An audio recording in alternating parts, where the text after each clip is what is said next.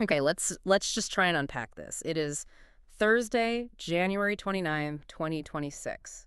And I have to say, looking at this absolute mountain of sources and articles and data points we have piled up on the desk today, I feel like I've lived through a decade of Bollywood drama in like the last 24 hours. My head is spinning. But honestly, it's spinning in the best possible way.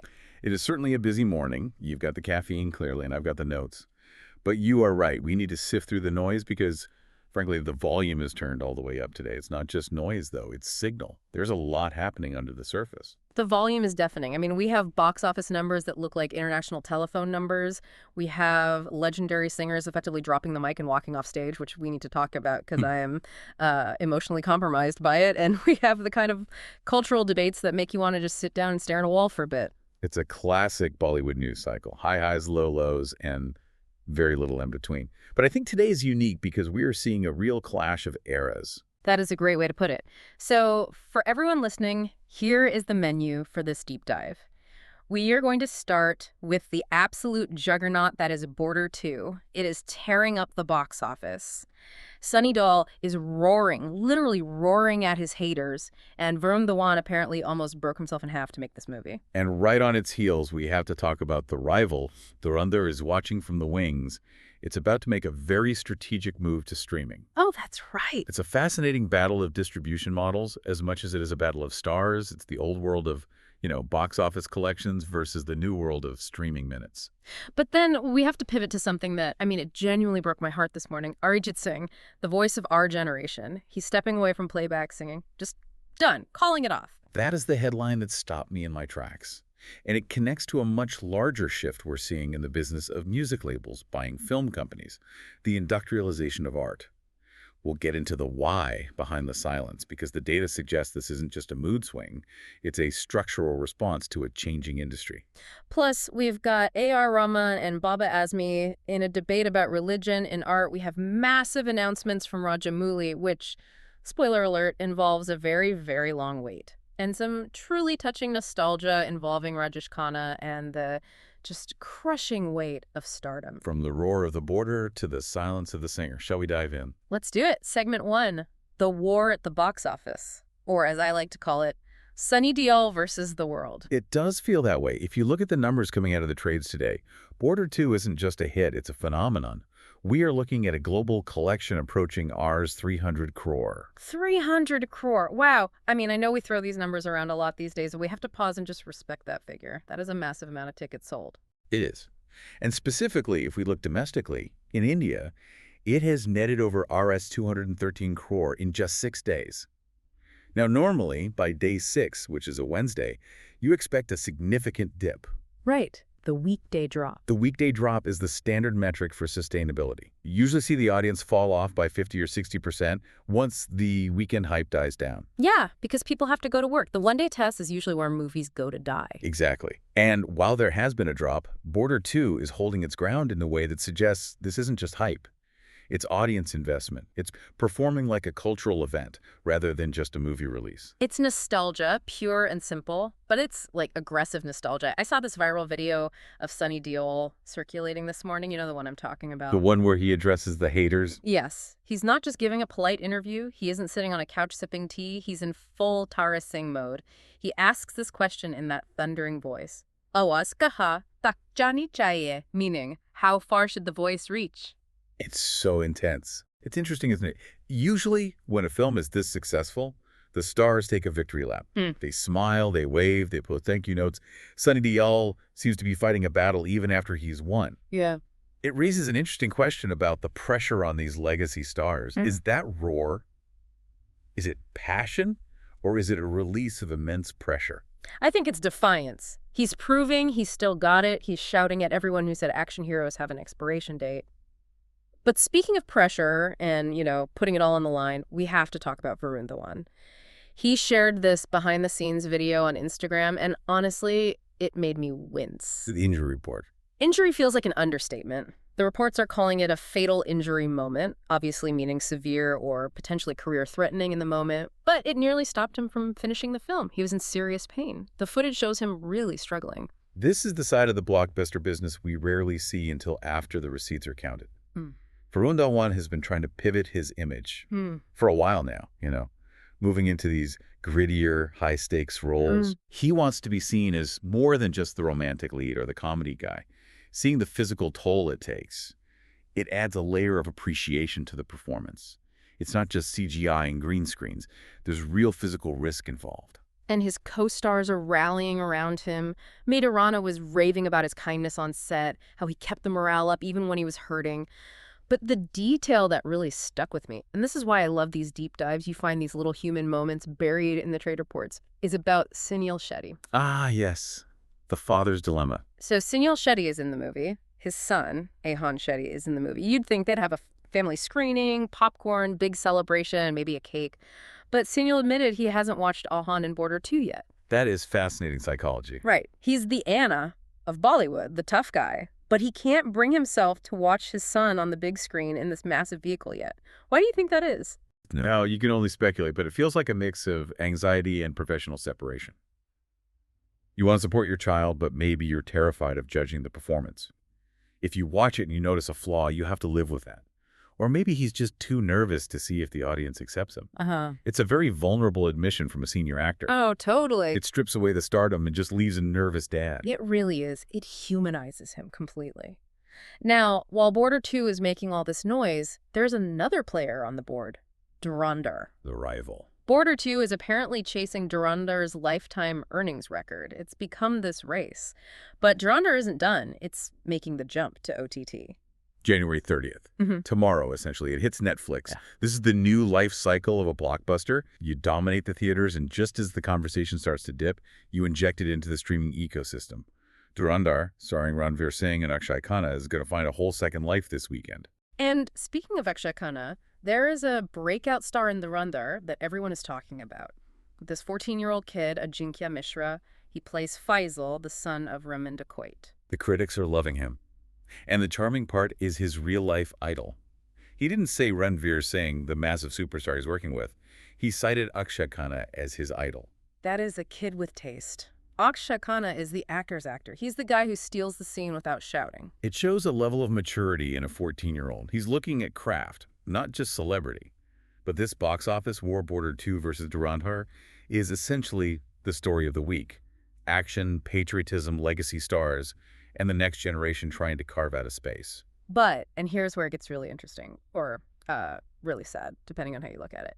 While the box office is roaring, the music industry just got a lot quieter. This is the big pivot. Let's talk about Arijit Singh. I saw the headline and I genuinely thought it was a prank. January 27th, Instagram. He says he is calling it off regarding playback singing. He's not accepting new assignments. It's a massive announcement. Arijit Singh has been the voice of Hindi cinema for, over a decade? If there's a heartbreak song, he sang it. If there's a romantic ballad, he sang it. He defined the soundscape of the 2010s and the early 2020s. Exactly. What am I supposed to listen to when I'm sad now? Or happy? Or just commuting? He is the soundtrack to my life. Well, the songs aren't disappearing, but the creation of new ones is. And we have to look at why. The sources speculate about a few things. One is burnout, naturally. The demand on him has been relentless. He tours, he records, he performs. That level of output is exhausting. But there is a structural context here, too, that we shouldn't ignore. You're talking about that Viewpoint report we saw about music labels. Correct. The one about why are music labels buying into film companies. Yeah. We're seeing a consolidation where the music label isn't just a vendor anymore. They're becoming the producers. They own the IP, the intellectual property. Completely. So are you saying singers are becoming less important? I wouldn't say less important, but perhaps less autonomous. When the industry becomes that industrialized, where songs are churned out as assets for a label-owned film, the artistic satisfaction for a vocalist like Arijit might diminish. He's always been a bit of a purist. He cares about the melody, the integrity of the composition. So if the label owns the film, they can dictate everything. Sing this remix, do this version, we own your voice on this track. That kind of thing. Precisely. It becomes an assembly line. Maybe he wants to pivot to independent music, where he owns his voice, where he decides what he sings and how he sings it. It's a move toward artistic freedom. It feels like the end of an era. We went from the era of Kishore Kumar and Rafi to the era of Udit and Kumar Sanu, and then it was just the Arijit era, and now silence. Yeah. It's going to be very strange not having his name on the next big movie soundtrack. It creates a vacuum. And vacuums in Bollywood are always filled quickly. The question is, who fills it? And will they have that same soul connection with the audience? Speaking of music and controversy, it's not just Arjit. We have a bit of a clash of titans happening between Baba Azmi and A.R. Rahman. This is a nuanced debate. It stems from some comments A.R. Rahman made recently about communalism in music, essentially discussing the religious divide and how it impacts the industry. Baba Azmi, the cinematographer and brother of Shabana Azmi, took issue with it. And his argument was quite beautiful, I thought. He brought up Lagan. Yes, Azmi's point was, when you listen to the soundtrack of Lagan, do you check if the songwriter was a Hindu or a Muslim? Do you check the religion of the composer? No. You just feel the music. Right. He was emphasizing that art, at its best, transcends those labels. He disagreed with Rahman's premise that communalism is defining the music space. It's a tricky path to walk. Rahman is usually so reserved. For him to comment on it means he feels something is changing. But Azmi is holding on to that ideal of Bollywood as a secular unifying force. And honestly, we need both voices. We need Rahman to call out the reality if he sees prejudice. But we need Azmi to remind us of the ideal we should be striving for. The Lagan argument is powerful because Lagan is arguably the most unifying album of the last 25 years. Absolutely. Mitwa doesn't care who you pray to. It just makes you want to dance. It makes you feel something universal. Precisely. And that is what music should do. To lighten the mood a little on the music front, there are some new drops. Devani Panushali released lyrics for a song called Rico Rico. And King, who is having a massive year, really capitalizing on that hip-hop fusion trend, collaborated with Aditya Dev on Jo Ish Kwa, starring Shreya Pilgaonkar. And for the Banush fans, and I know there are many, myself included, his upcoming film D55 has locked in Saib Euchre as the composer.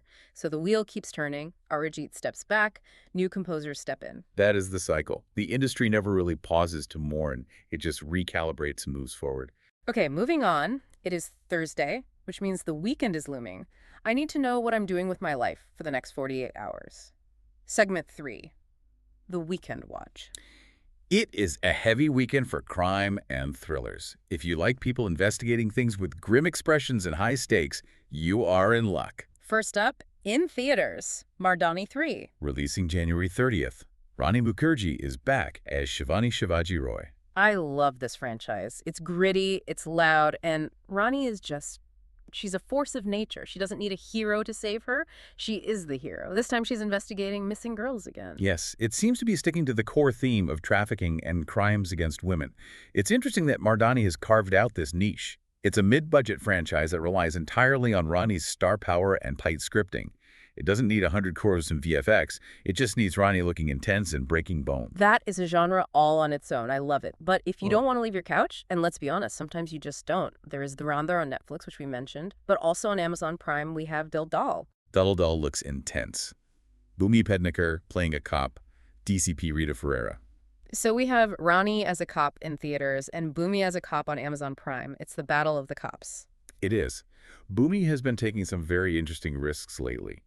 Streaming allows for a different kind of pacing, more psychological, slower burns. So if Mardani is the adrenaline shot, Dil Dal might be the slow poison. It's likely going to be darker, more about the internal demons of the officer. And for the Malayalam cinema fans, Sarva Maya is dropping on Jio Hotstar. Horror comedy, right? Yes, Niven Pauly and Aju Verghese. Horror comedy is a genre that Malayalam cinema usually handles with a very specific, quirky tone. It's not just jump scares. It's usually got some social satire baked in. Definitely worth checking out if you want something different. And just a quick note, Terry Ishmael, the Dhanush and Kriti Sanon film directed by Anand L. Rai is now on Netflix. That's a big acquisition for Netflix. Anand L. Rai and Dhanush have a history of magic together with Ranjana. They capture that small-town, obsessive love dynamic very, very well. Okay, so that's the weekend. But what about the future? We got some announcements that require us to be very, very patient. You were talking about the big one, S.S. Rajamouli. Rajamouli and Mahesh Babu. The film is titled Varanasi, and the release date, brace yourselves, April 2027. 2027. That is over a year away. That feels like a lifetime in movie years.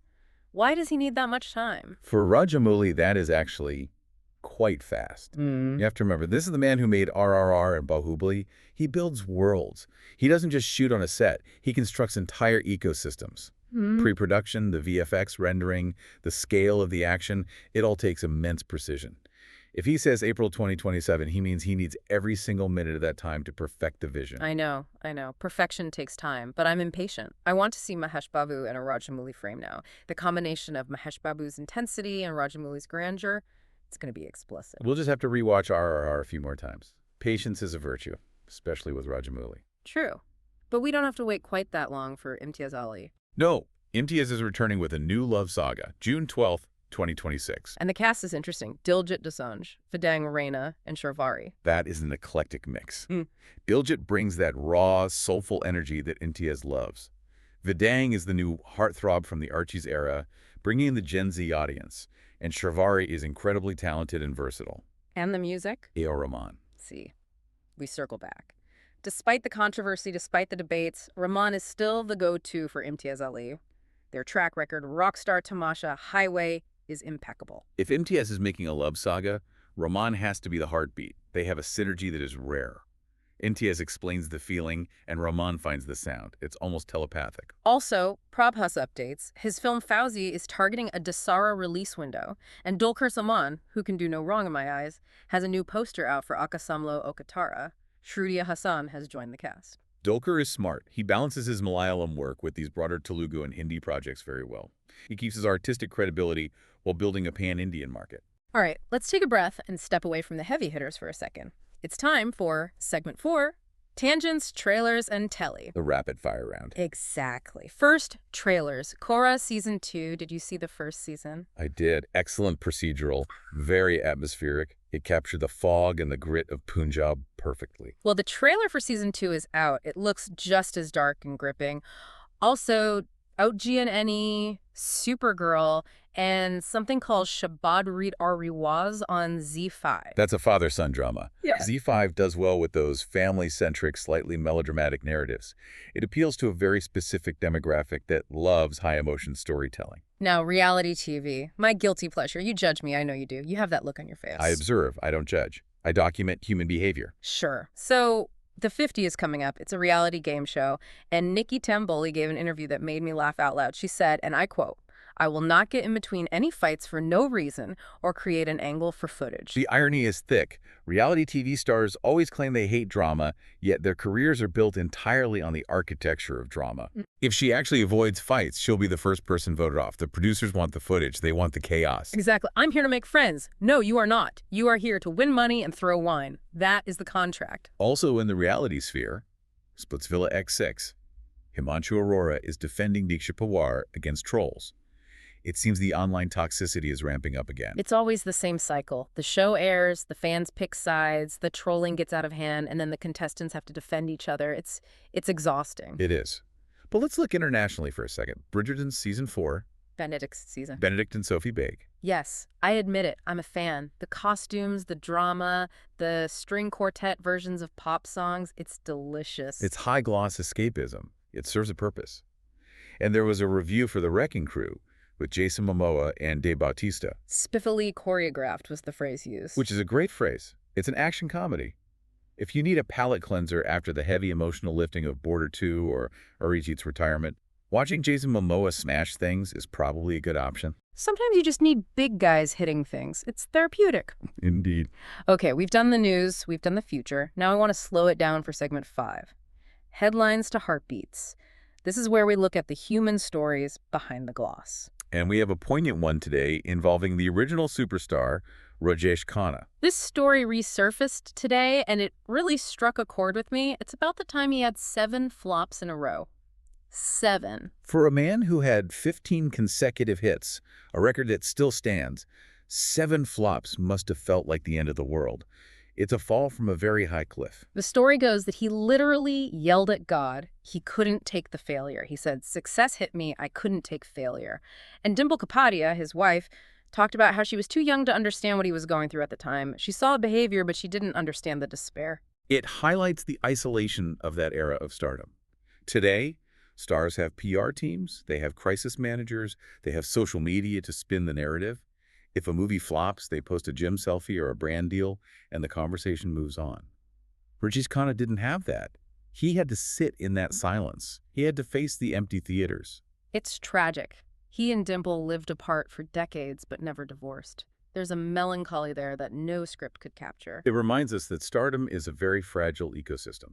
One day you are the god of cinema, the next you're shouting at the heavens. It's a cautionary tale for everyone currently riding high at the box office. Speaking of careers and how they change, Mona Singh had a lovely interview. She said playing Amir Khan's mother in Lal Singh Chaddha changed her career. That was a risky move for her. She's not that old. Playing a matriarch to an A-lister can sometimes box you into mother roles forever. The industry loves the typecast. But for her, it opened doors. It showed range. It showed she was an actor first, not just a glamorous face. It's the risk versus reward calculation. She took the risk, and now she's getting roles she never would have gotten before. Same with this little factoid about Aishwarya Rai that popped up. Did you know she was paid just 5,000 rupees for her first ads before she became famous? A humble beginning. It's good to remember that even the most glamorous icons started with a paycheck that wouldn't cover a dinner for two today. Everyone starts somewhere. And one more sweet story. Rishabh Soni, the villain from Fighter, he paid tribute to his guru, Siddharth Anand and Hrithik Roshan. He said Hrithik taught him what true stardom is. Which usually means humility and work ethic. Hrithik is known for being incredibly disciplined. He prepares, he rehearses. It's nice to see the new blood acknowledging the mentorship. It shows that the values are being passed down. Okay, before we wrap up, we have to do the lighthearted closers because the Rajesh Khanna story got me a little misty-eyed. Fair enough. What do you have? First, Kiara Advani. She posted a moody Thursday video with bold red lipstick. And let me guess, you are analyzing the mood. I am. Is she happy? Is she fierce? What does the red lip mean? Is it a signal? It means she has a lipstick endorsement or she just felt like looking good. It's marketing, my friend. Don't read too much into the lipstick. Dude, you take all the fun out of it. We also have Isha Gupta going viral with a Queen Aura photo shoot. And Rakulpreet Singh and Jackie Bugnani were spotted at the airport. Groundbreaking journalism. Yeah. People went to an airport, they probably had luggage. Hey, people love airport looks. But Yeah. here is the weirdest tangent of the day. And I saved this for last because I'm genuinely confused. Go on. So we were reading the update about Meta Rana in Border 2, right? Talking about Varun Dhawan's kindness. Yeah. But in the same source report, completely out of nowhere, it mentions Margot Robbie gifting Jacob Elordi a book of poetry and, wait for it, skeleton rings. Skeleton rings. Custom signet rings with entwined skeletons. Why is this in a Bollywood update? That sounds like an aggregation error in the newsfeed, but it is a delightfully dark detail. Entwined skeletons. It's very gothic romance. Yep. Maybe the algorithm thought, Border 2 has skeletons in the closet, let's throw this in. Or maybe it's just a sign that everything is connected in the weird world of celebrity news. It's bizarre, but I kind of love it. Margot Robbie, if you're listening, send me a skeleton ring. I feel like it would match my mood after the Arijit news. I don't think she's listening. But if she is, I'm sure she'll oblige. You never know. So what does this all mean? We've gone from the thunderous success of Border 2 to the quiet exit of Arijit Singh. We've seen the industry looking backward at Rajesh Khanna and forward to Rajamouli in 2027. It feels like a transition point, doesn't it? The old guard is fighting to stay on top, the new guard is finding their footing on OTT, and the music industry is completely reinventing itself. Exactly. The industry is moving from the individual artist, the singular playback singer like Arijit, to the massive corporate franchise machine like Border or the Cop universe. It's becoming bigger, louder, but perhaps a little less personal. That is a heavy thought to leave us with. As the screens get bigger, we have to make sure the soul doesn't get smaller. But hey, as long as the movies are good, we'll be watching. And we'll be talking about them. Absolutely. Thank you for hanging out with us on this wild Thursday. Always a pleasure. From headlines to heartbeats, you've been listening to Bollywood Dive In by IndiaReview.com. Catch you where the stories are.